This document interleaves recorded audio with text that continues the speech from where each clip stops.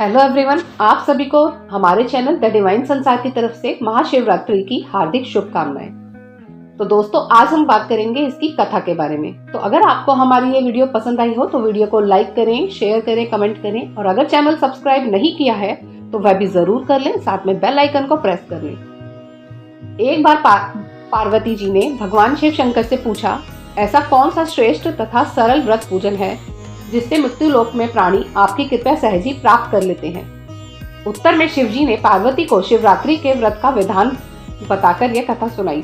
एक गांव में एक शिकारी रहता था।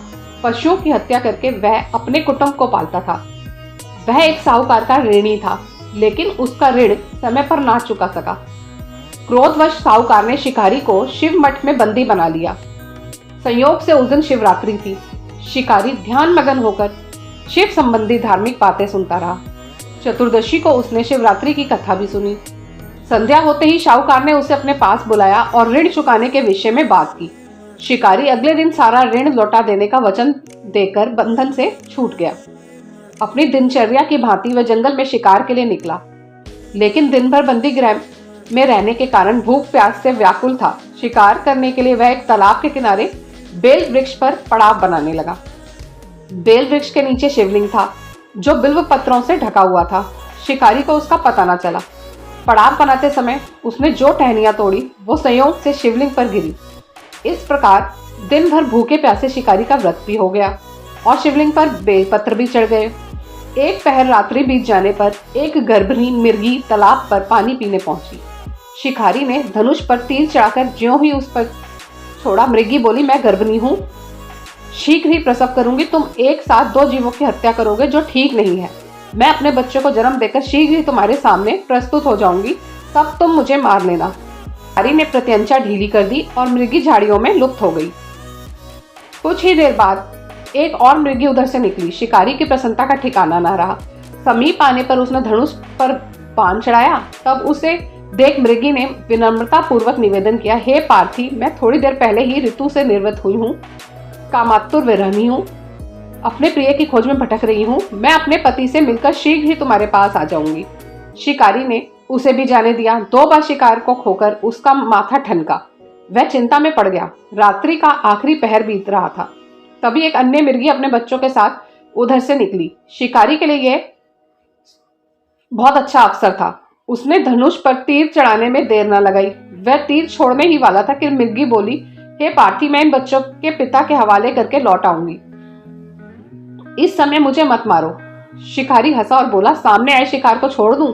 मैं ऐसा मूर्ख नहीं। इससे पहले मैं 2 बार अपना शिकार खो चुका हूं। मेरे बच्चे भूख प्यास से तड़प रहे होंगे। उत्तर में मृगी ने फिर कहा, जैसे तुम्हें अपने बच्चों की ममता सता रही है, ठीक वैसे ही मुझे भी, इसलिए सिर्फ बच्चों के नाम पर मैं थोड़ी देर के लिए जीवन दान मांग रही हूँ। हे पार्थी, मेरा विश्वास कर, मैं इन्हें इनके पिता के पास छोड़कर तुरंत लौटने की प्रतिज्ञा करती हूँ। मृगी का दीन स्वर सुनकर शिकारी को उस पर दया आ गई। उसने उस मृगी को भी जाने दिया। शिकार के अभाव में बेल वृक्ष पर बैठा शिकारी बेल पत्र तोड़ तोड़कर नीचे फेंकता जा रहा था। पांव फटने को हुई तो एक हष्टपुष्ट मृग उसी रास्ते पर आया। शिकारी ने सोच लिया कि इसका शिकार वह अवश्य करेगा। शिकारी की तनी प्रत्यंचा देखकर मृग विनीत स्वर में बोला, हे पार्थी भाई, यदि तुमने मुझसे पूर्व आने वाली 3 मृगियों तथा छोटे छोटे बच्चों को मार डाला है तो मुझे भी मारने में विलंब ना करो, ताकि उनके वियोग में मुझे एक क्षण भी दुख ना सहना पड़े। मैं उन मृगियों का पति हूँ। यदि तुमने उन्हें जीवन दान दिया है तो मुझे भी कुछ क्षण जीवन दान देने की कृपा करो। मैं उनसे मिलकर तुम्हारे सामने उपस्थित हो जाऊंगा। मृग की बात सुनते ही शिकारी के सामने पूरी रात का घटना चक्र घूम गया। उसने सारी कथा मृग को सुना दी। तब मृग ने कहा, मेरी 3 पत्नियां जिस प्रकार प्रतिज्ञाबद्ध होकर गई हैं, मेरी मृत्यु से अपने धर्म का पालन नहीं कर पाएंगी। अतः जैसे तुमने उन्हें विश्वास पात्र मानकर छोड़ा है, वैसे ही मुझे भी जाने दो। मैं उन सबके साथ तुम्हारे सामने शीघ्र ही उपस्थित होता हूँ। उपवास, रात्रि जागरण तथा शिवलिंग पर बेल चढ़ाने से शिकारी का हिंसक हृदय निर्मल हो गया।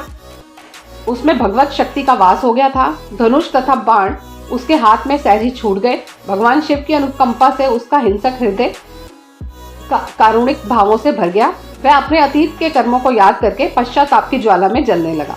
थोड़ी ही देर बाद मृग सब परिवार शिकारी के समक्ष उपस्थित हो गया ताकि वह उनका शिकार कर सके।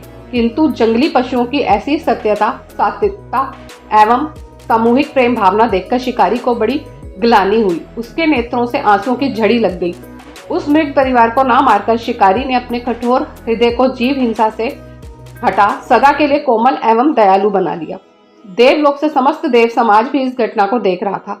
घटना की परिणति होते ही देवी देवताओं ने पुष्प वर्षा की। तब शिकारी तथा मृग परिवार मोक्ष को प्राप्त हुए।